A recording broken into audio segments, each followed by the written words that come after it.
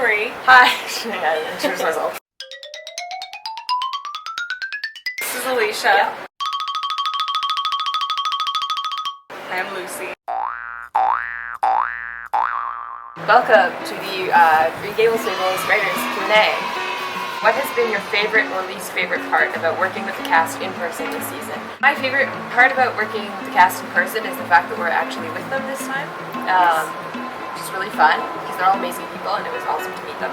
And also for things like direction and story arc and having flow in our plot, it's really helpful to be able to meet the people you're working with and have those discussions in person. My favorite thing is all the cuddle puddles. We all just lay in bed and cuddle. Very affectionate. So much cuddling. People. Yeah. It's great. I'm just so happy to meet everybody because I've just spent so much time watching all the videos and I didn't write for the first season, so I didn't really interact with them as much, but it's just been so lovely. Everyone is amazing. We also have to answer our least favorite part. Tanner. Tanner's the least favorite part of the show. He is the just worst. Absolutely He a horrible eats all to of the work with. bagels. This leads into the next question. Who is the biggest diva in the cast? The cat. The cat. It's not actually Tanner. It's The the cat. How is it writing for a whole cast of new actors? I really like it because I didn't write for the first season, so it gives me a chance to write for characters whose voice you guys hadn't already established. Something that was weird for me is when I was writing the first season, I had people's faces in mind for each episode, and these episodes I didn't, so I had a very, very clear image of who Roy was. It was a boy from my college, and so then when we cast Roy, it was really different trying to reimagine who Roy was, but I think it worked out really well. Yeah. Basically all of the writing happened before we knew who any of the actors would be. We only knew that Mandy, Raven, and Tanner would be playing our characters, obviously. I think that maybe that kind of allowed us to imagine the characters in a different way and not place any expectations on them based on a physical appearance or traits that we knew of the new actors because we didn't know them yet, so we didn't know. And I think that the characters did change a little bit as we, like you were saying, we kind of changed Roy a bit after we knew who the actor was. Yeah. That break for... That's why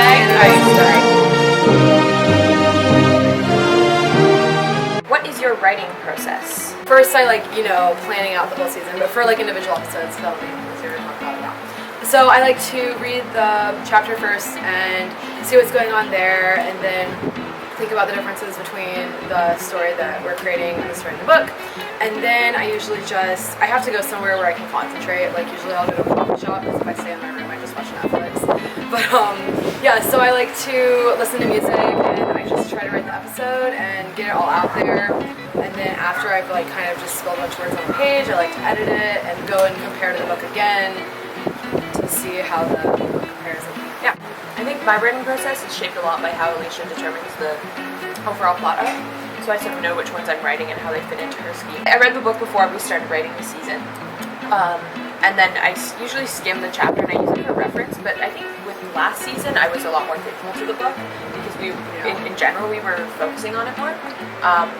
But this time I was just a little freer with what I did with the text. I can't write in a coffee shop at all. I have to be at home, but in my room hiding away. I have a lot of playlists, so I'll spend a good half hour making a good playlist first before I actually start writing. Scroll down Tumblr for a few hours. I don't know, I'm pretty new to writing this way, so I kind of copied a lot of what you guys do, I think, just because we talked about it. Yeah, we talked about it a lot. How do you choose what gets translated exactly like the text and what gets modernized? So in season 1, we were adapting as we were filming, so we chose more specifically by chapters what was going to be modernized and what we were going to leave out. And I think in season 2, it was more a general decision once we finished the story arc, and we already knew what the modern universe was, and we knew the setting, and then we kind of went from there. I think the first book had more specific period setting things, like the hair dyeing incident and the rowboat and stuff like that, which we had to change a little bit.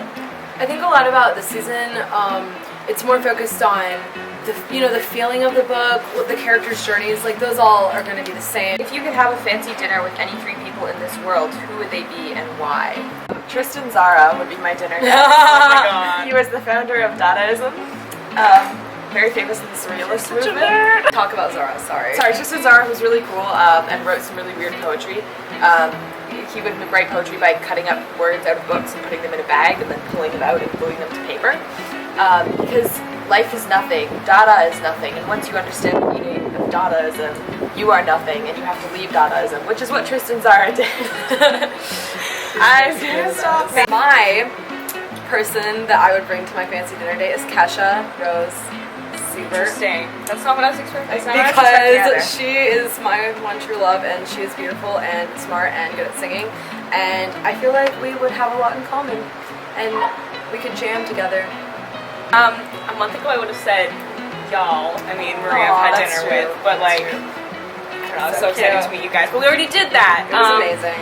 I'm gonna say Hannah Hart because Be a real weird dinner conversation. she's my babe, and yeah. What's the line/episode you're most proud of writing? A lot of things from season 2 that I'm really proud of are very spoilery, but I'm very proud of an episode that Maria and I wrote together while we were here.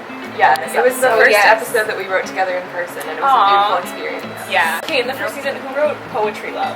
That was really me. beautiful. That's my fave. That is, yeah. So- I like it a lot too. Yeah. Spoilers, because they're my favorite things are in season 2. So, Sorry. tell you later. yes. Watch the show. What other books would you like to adapt to a web series if you had the chance? Okay, so my dream web series, it's not a literary like vlog adaptation, it would just be, you know, kind of live action-y, but it is a book, and it would be the picture of Dorian Gray, but Dorian is a girl, and it's set in like the 21st century, and Is the portrait a selfie? the portrait could be a selfie. It could be a really bomb selfie. Hamlet. And it would not be vlog style, because I would not want to do that style again, lightly speaking. Yeah, it would be Hamlet because that play is very important to me.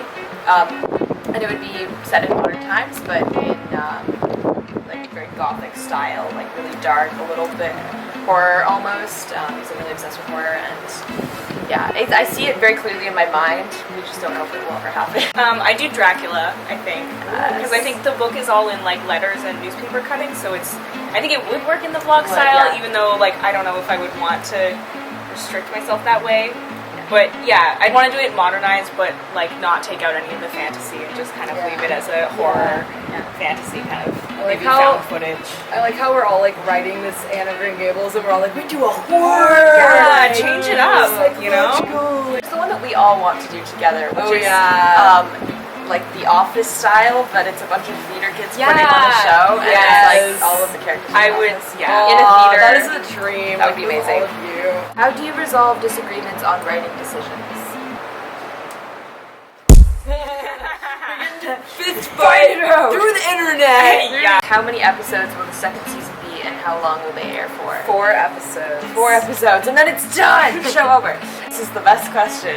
Koalas or pandas? I'm gonna say pandas, but I don't have a reason. Okay. Alright, so I'm gonna say koalas. What about you, Fight you. Marie? I'm also going to say koalas. You I'll know fight you that once both. there was a woman in Australia who was attacked by 90 attacked by 90 koalas. They hunt in a They pack. hunt down. That sounds like They a good come reason to at choose you. pandas. They get in like Koalas are really formation, and then they vicious. come at you. And they have a hit list too, so They there's have all a 90 of them hit list. come after you. Which is why koalas. That's a very Koalas violent are reason for your intense. choice. I'm Koalas are sticking to amazing. pandas. Last question. What will you miss most about being a part of GGF? You guys. Working with everyone. Yeah, like I feel like we'll always be working on stuff. And Yes. okay, well we Hey, love each come other. back. There will always be other projects Love and us. other creative Love things. But we really clicked really well as a group, like us and all the cast and crew and everybody. It's been a really, really good time. It's really sad, and we're still going to be friends obviously, but this was kind of a beautiful experience and we're not going to be able to recreate it, so that's really sad. Yeah. I don't mean to make everyone cry. Like the collaboration has been really amazing, and having like the fan response and just having such an engaged and positive community. And then about like these guys specifically and like the whole casting crew, all lovely, amazing people, and we've just had such an amazing time together, and a lot of like cuddling and inside jokes and Yeah, and I don't know, we're like we're trash. So one thing, like from the show perspective, that I'm gonna miss is having something to force me to write, because when I'm writing for my own projects, you know, I just put them off and I'm like, oh, I can only write if I'm in the mood. And this show has been like a really good way for me to be like, okay, well the episode's got to come out, you've got to get it done, and to just keep writing. So I'm gonna miss having like that driving factor. I feel like you guys have pushed me to do things that I was not comfortable with doing by myself. myself, like that I would never have trusted myself to do. That's been really awesome. Writing in here. Yeah, writing. Yes. Yeah, I think we've all grown a lot in this experience. Definitely. Both as artists and creators and as people. As friends. Yeah. Thank you for being Yeah. such amazing fans. Thank you. And supporting our show, because we obviously we wouldn't be here without you guys, because Yeah. the Kickstarter and also just your support and loving our show, and hopefully you love our show, I don't know. Yes. Yeah. It's kind of insane that like we're doing weird things together and hanging out and like making craft dinner or something, and it's so weird that without the internet and without all of you people, this could not have happened. Like I would never have met Alicia if the internet didn't exist, Cheers. which is really sad. Cheers. And this show wouldn't exist, and without your support, we couldn't have done this.